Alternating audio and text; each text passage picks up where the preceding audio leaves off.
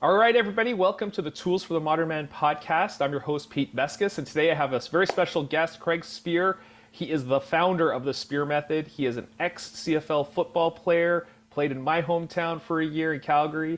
Good Canadian boy. He's a record holder from Queen's University. He's a triathlete. He's a fitness coach, entrepreneur, husband, father, all-around great guy, and I'm really happy to have him on the podcast this week. Welcome, Craig.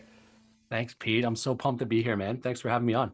Oh, it's going to be great. And today we're going to dovetail off of our conversation last week where I introduced goals. And, Craig being an ex-professional football player and now a mindset and fitness coach who helps men over 40 achieve their fitness desire. Stop. I'll edit this. Yeah. Craig helps men over 40 with their fitness goals for longevity and improved performance. Is that correct, Craig? Nailed it. You nailed it, Pete. That's exactly what I do. I help guys over 40 lose weight, improve their health so they can perform at their best. Fantastic. And so you probably have a long experience of setting goals, achieving goals. Tell us a little bit about why you think those are important and how it has evolved for you over the years. Yeah. So, I grew up an athlete. I played baseball. I ran track and field. I played football. And I always prided myself on having a strong work ethic. And then certainly that just dovetailed into pursuing really powerful goals. And I think when you're younger and as an athlete, you have a bit of an advantage because all you have to do is focus on, school, some socializing, but then also your athletic performance. So it was very easy to focus on achieving a goal when you're younger. And then when I got to university, it was like, all right, be a good student. And then my goal was to be the best football player I could be. Secretly, I did want to make it to the pros, but, I didn't really sort of state that or tell anyone about that. All I wanted to do was show up every day, practice hard, and, whatever happened. And I was fortunate enough to meet the right people, have some really good seasons, perform well, and then be signed by the Calgary Stampeders. And I think what happens after I achieved that goal and then went on to my own career and having a family and, living life, then you have so many other demands that pull at you, right? Your family, your career, time management becomes so important. So what I've recognized in my own life is still compartmentalizing as much as I can and still all right, I'm focused on my business at this time of day. I'm going to focus on my health and my wellness at this time of day. I'm going to focus on being present for my family at this time of day. So we certainly have more demands, and it becomes even more important to manage our time, to manage our energy, to prioritize and plan. And I think that's the difference between what I experienced when I was younger, pursuing my athletic goal, versus now and growing my business and being a good father and husband and still prioritizing my health, right? Because it's very easy. I'm sure a lot of the guys you work with and coach, the guys I work with and coach, they don't prioritize their health and their wellness. They're prioritizing their careers and their families. So that's kind of the distinction there that I make in terms of how I used to do it, how I do it now. Yeah, so I think we all experience that, like you mentioned. When we're younger, we can have single-minded focus to chase after one objective, whereas when we get older and we layer in relationships, children, maybe even changing of careers, I think you're a really good example of what happened as you were ending your career in football and you started to look at the horizon, the next opportunities. How did your focus shift so that you could identify what you wanted to do and go after that? I wish I could say I was really deliberate and intentional, but my playing career ended when I was still pretty young, 24. I was out of the CFL, and right then and there, though, I knew I wanted to be an entrepreneur. So, I have a kin degree from Queen's University, and with that, you can go one of three routes. You can be a teacher, you can go back to school and do post-grad, or you can go into kind of medicine. None of those really appealed to me. I knew I wanted to be an entrepreneur. I wanted to work with athletes. I wanted to work with people to improve their health. And so basically, it wasn't that intentional, but I knew I wanted to start a business. And so I've always been action oriented, Pete. And so when I started my business, I didn't know anything about being an entrepreneur or running a business, but I knew that I was going to work hard. And I knew that as long as I kept taking action, I was going to figure it out. And that's much different than what I coach and what I preach today. But there is some value in just, taking action, seeing what works, seeing what doesn't work, that old trial and error. But as you get older, you're not afforded those opportunities because you just have so many other things going on.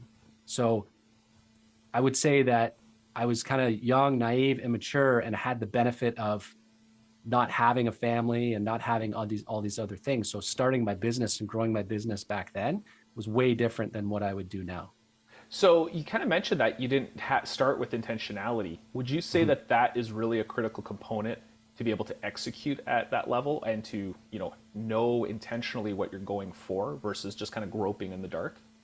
Oh yeah, absolutely, right. And if I was to be able to give my younger self that advice, I would absolutely say, like, let's set a specific plan. Let's set specific goals. And we know research shows us, right? All the psychological research shows us that when we set specific goals, we're more likely to attain them. We're more motivated. We're more likely to overcome any kind of resistance or lack of motivation. So setting that specific goal is integral to success, ultimately. Yeah. When did you learn that? Because that seems like something that, you mentioned early on in your life and in your career, you were on the train tracks of this is these just check off the boxes and you'll achieve X, right? Mhm. When did you learn, and was there some kind of moment or lesson that lit that light bulb for you? I can't say that there was. It's almost like that, like this four stages of learning, or like the mastery pyramid, where you're kind of like unconsciously incompetent, and then you move to conscious incompetence, right? Through to conscious competence, through to unconscious competence. So I think along the way, I did that stuff inherently, but only, I would say, through my recent coaching business have I really been able to embody that and understand how effective and how important it is. So, not that long ago that I really grasped this concept that, hey, we got to set specific goals, got to have a plan, work backwards from there, and then institute a whole bunch of other things that we can certainly talk about as part of the goal achievement process. Yeah. Okay, that's so you have founded something's called the Spear Method. Yes. Can you talk to us a little bit about the Spear Method and now how you use that to coach men to achieve their goals? Yeah. So most of the guys that come to me, they're over 40. They've been very career focused, career driven, and family oriented. And often that's come at the sacrifice of their own health and wellness. They work long hours, they work late into the evening, um, sporadic eating, inconsistent workouts, just a lot of unfortunate behaviors and habits that have impacted their health. And so when they come to me, they're kind of at this place of pain, right? Either emotional, mental pain, like they're just really unhappy with their health, or they actually have physical pain where they've got a bad back or some kind of injury that's progressed as a result of their poor behaviors or poor habits. And so it's inherent. It's very, very important that we set goals for them right off the top, right? We got to have a direction. So I do kind of a 4-phase process here. And there's four, not phases, but kind of four principles that I really employ. Okay. The first one I borrowed from our coach, Dave Moreno, right? And that is that when you set a goal, you have to understand that there's a sacrifice, that there's a cost associated with your goal. Okay. So if you want to, lose weight, right? A lot of guys that come in and say, I want to lose 50 pounds. Well, you have to understand that you have to do things differently. If you do what you've always done, you're going to get what you've always got. So we got to change something. That's going to come with a cost. So maybe that means you obviously you're not going to drink nearly as much. So maybe if you're a social person and you really like alcohol, then you're going to have to understand that that might be a cost of your goal. The second thing is I really believe in the aggregate of marginal gains, right? Small improvements lead to really big wins. So of course we want to set a big goal, 50 pounds, but what do we have to do on a daily basis in order to achieve that? So one of the things I do in my coaching is I say, we're going to set baselines. And a baseline is, this is something that raises my floor that I just have to achieve every day. And it's not something big, but it builds momentum. Okay. So for example, I have 4 baselines: sleep, nutrition, hydration, and movement. And we set a baseline for each one of those pillars. And that's all my guys have to do each day. They don't have to crush it every day, a 1-hour workout. They don't have to eat perfectly. They just have to meet their baseline. And you add that up daily and you see amazing results. So kind of that aggregate of marginal gains. Okay. The next thing that I really believe in is tracking your progress. So you got to know that you're on the right path toward attaining your ultimate goal.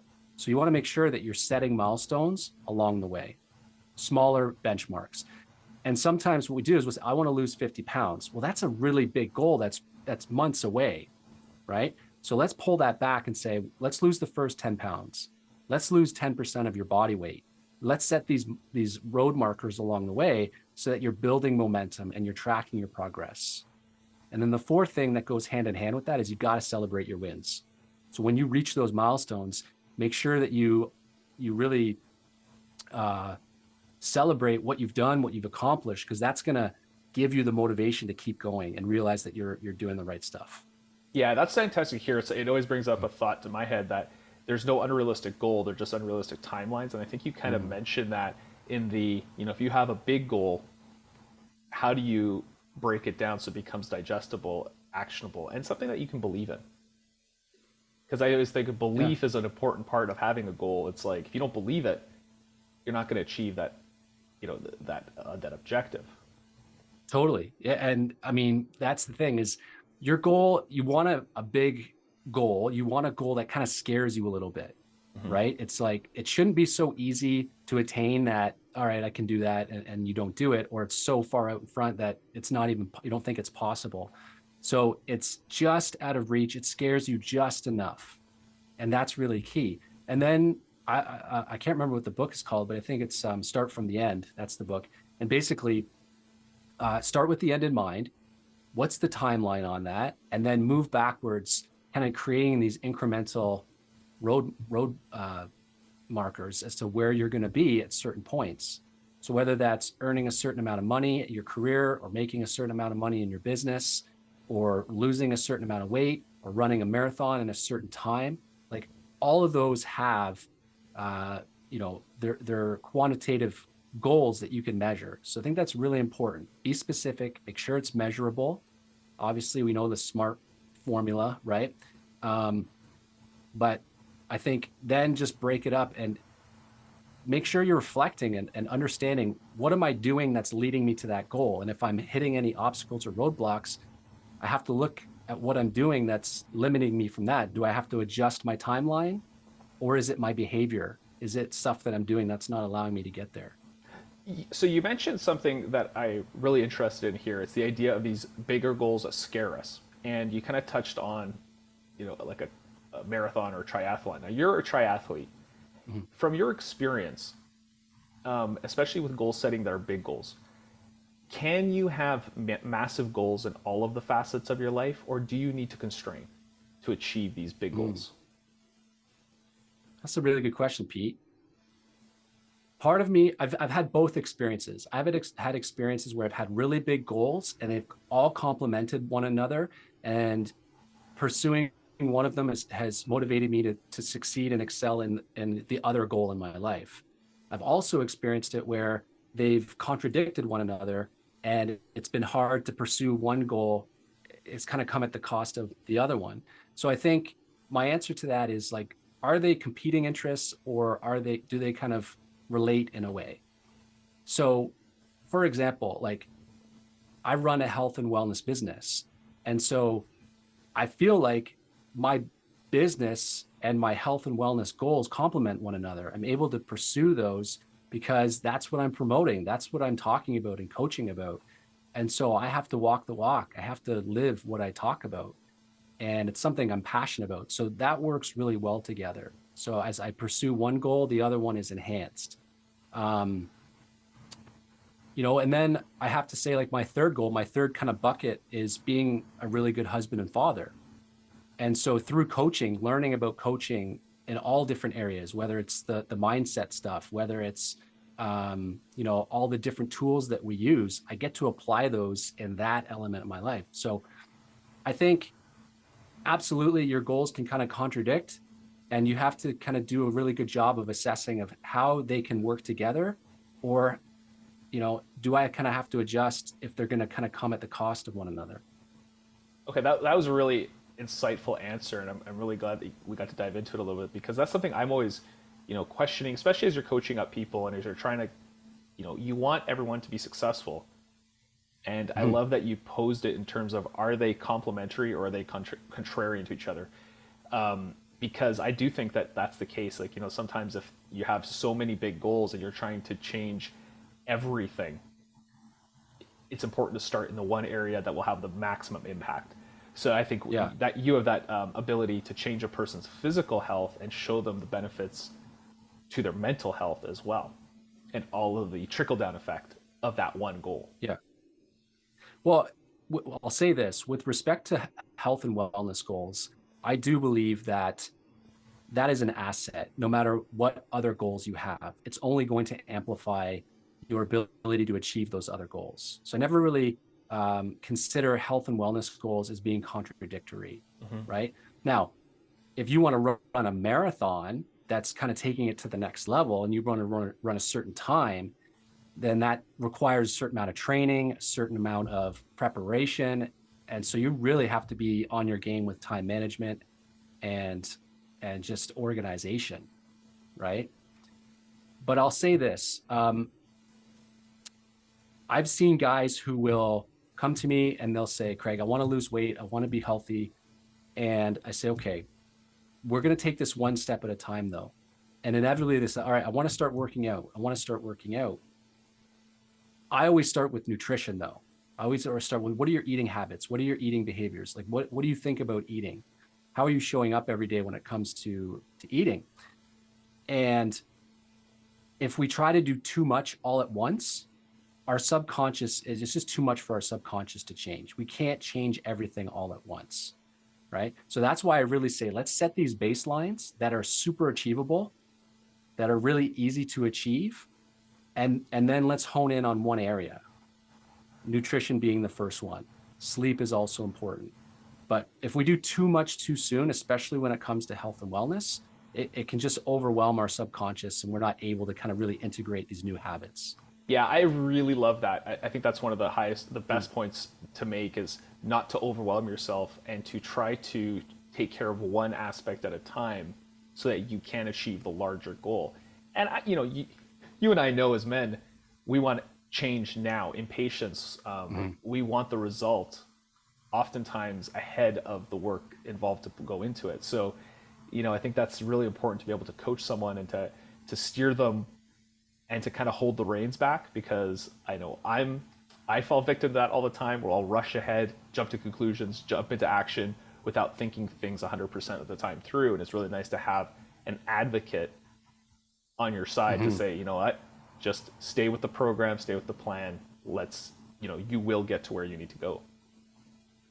Yeah, and I think that's mainly because when we often set a goal, we're coming from a place of pain, and we want to get away from that, right? Like, I'm overweight, I don't feel good, I feel embarrassed, feel a lot of shame about my body. And so the easiest thing to do is, let's do everything right now because I want to change. I do not want to feel this way anymore, right? And that's why setting a goal can be so important, especially when it has a certain time frame attached to it and you can move backwards because you see the full picture. Like, all right, this is a long-term game. This is an infinite game, right? That I want to enter into now. So I think it's so important to not always just move away from a place of pain, but move towards that feeling of how you want to feel when you achieve that goal. That's really important to understand. That kind of raises another question for me. For a lot of us, when Yeah. we achieve a goal, let's keep on the theme here of weight loss. What's what are some of the thing thought you thought sorry what are some of the thoughts that you have around backsliding from your goal? Like, oftentimes I think we'll fail ourselves by changing the goal and making it smaller. So what are some of your thoughts? How do you coach people from keeping that goal where it is? So are you saying in terms of like they have a goal to lose 50 pounds, but then they kind of move the goalpost a bit and say, well, I only want to lose 30? Yeah, or if they get to the 50, sliding back, like that, maintain that, you've got They've got here. to 50 and now they start to fall back. Yeah. Well, I think it's interesting you say this because I was just talking about this with another client is I think it's important to level up at that point. You've got this new body, you've transformed your body, this newfound health and wellness. What else is possible for you? Okay, you've lost 50 pounds, but what else do you want to pursue? Is it to run a 5K, to go traveling and walk, like all around the city, or find trails that you can hike? Like get out of your comfort zone and find what else is possible. So I think the idea of leveling up is really important. In fact, I have a client, he's lost 50 pounds, 53 pounds. He used to drink like 40 drinks a week. He was, on all these different medications for his diabetes and his blood pressure and everything. And so you would think that he gets to this place, and does he just coast now? Does he just revert back to old habits? And I think that if you really do the work properly, you don't revert back to old habits. You understand yourself at a much deeper level, and you level up, and you look for something else to pursue and continue to kind of move forward with. So there is some danger, though, achieving a goal and then not having another vision for where you want to be and going back to old habits. Yeah, I've seen that for sure, but I think from a weight loss specific perspective, I think when someone gets to that place, they haven't done the work to a degree where they've seen true habit change, and they haven't changed their personality, right? So your personality is the way you think, feel, and act, and that creates your personal reality ultimately. So if you truly change the way that you think, feel, and act, there shouldn't be any real worry of sliding back. It should be like, this is how I operate and how I go forward, right? If you've truly embraced the discomfort of what got you to your being overweight in the first place, then you won't slide back. So, It's so that speaks yeah. then. Sorry to interrupt, but that speaks then to making sure that that objective is a real stretch, is something that will make you uncomfortable enough to change. Mm-hmm. Totally. Yeah, absolutely. That's such a great point, Pete. Like if not only that, but it has to be a goal great enough that you have to change in the process of attaining that goal. Right? Because Yeah. we know superficially it's not hard to lose weight. Okay? You move more, you eat less, you really restrict yourself. Okay? You will lose weight. But when you do that, you're not getting to the root cause. And so it's very easy to then just put that weight back on, because all you've done is treat the symptom. You haven't treated the root cause. So I think specifically with weight loss, there's deeper work there. And that's what I love about coaching is we do that work. We dive into what the root cause is. Yeah, and it's interesting because I know for those of us who work, especially with men, it's that tangible result. Like if you do this, then this happens. And you can really see it with weight loss. I see it when I coach men on anger specifically, say, on this one behavior creates this result. And it is that pain point. If you can eliminate and remove it, you're like, oh, now I just have to keep doing this over and over again. And I heard once a quote that I loved, and it was like, a goal should excite you and terrify you at the same time. Yeah. Yeah.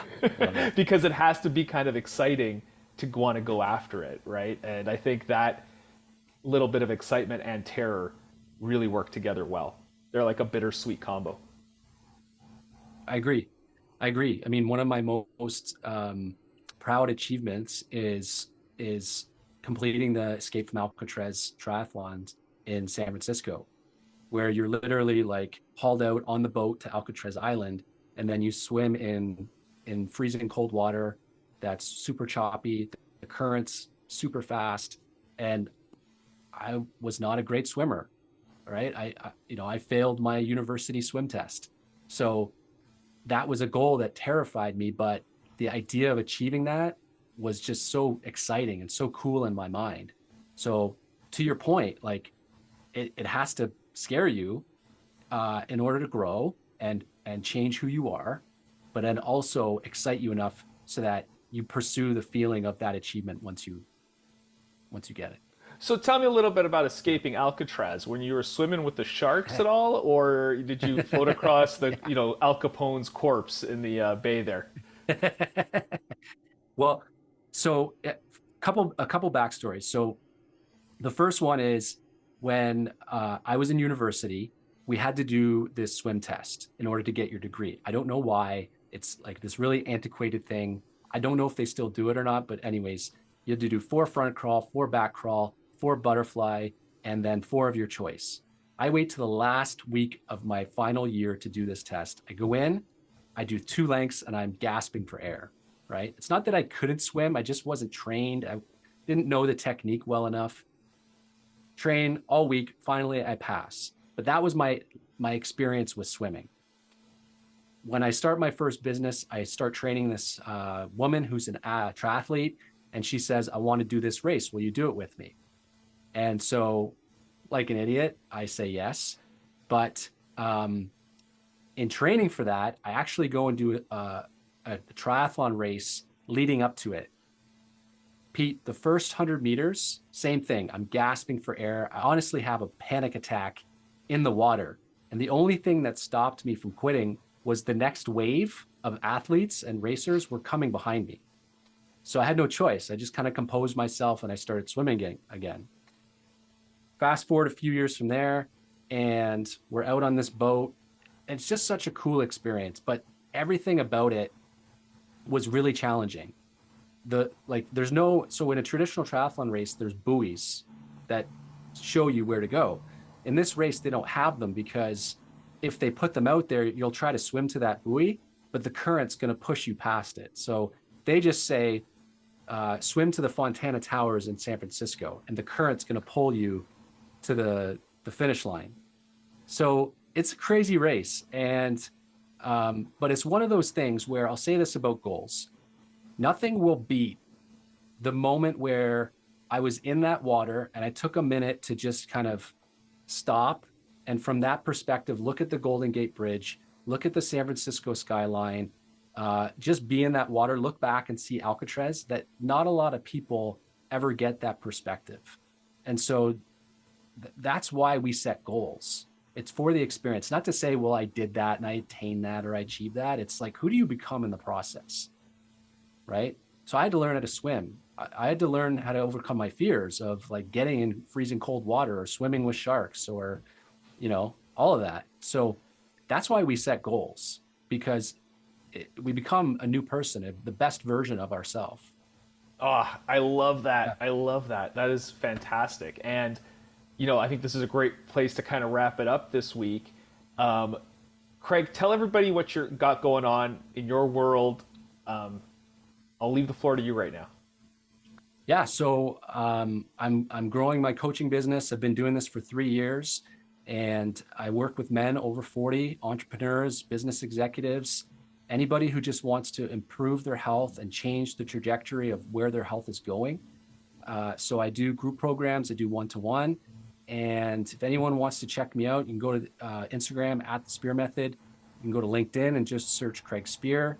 And I love to connect and just kind of chat it up with anybody who wants to start their journey, doesn't know how, doesn't know where. I'm happy to kind of give some guidance in that respect. Well, I'm going to have all of your contact information in the show notes below. But you were remiss to tell everybody that you also have a brand new podcast as well called The Man in the Arena. And I've listened to Craig's podcast. It's fantastic. He goes over his method. His coaching is spectacular. Guys, everybody go out there, subscribe, listen, give him a listen. And I just want to thank you again for being on the show. Thanks, Pete. I love it. Thanks for the opportunity. And I love, just love talking about this stuff. And I love what you're doing and what you're creating.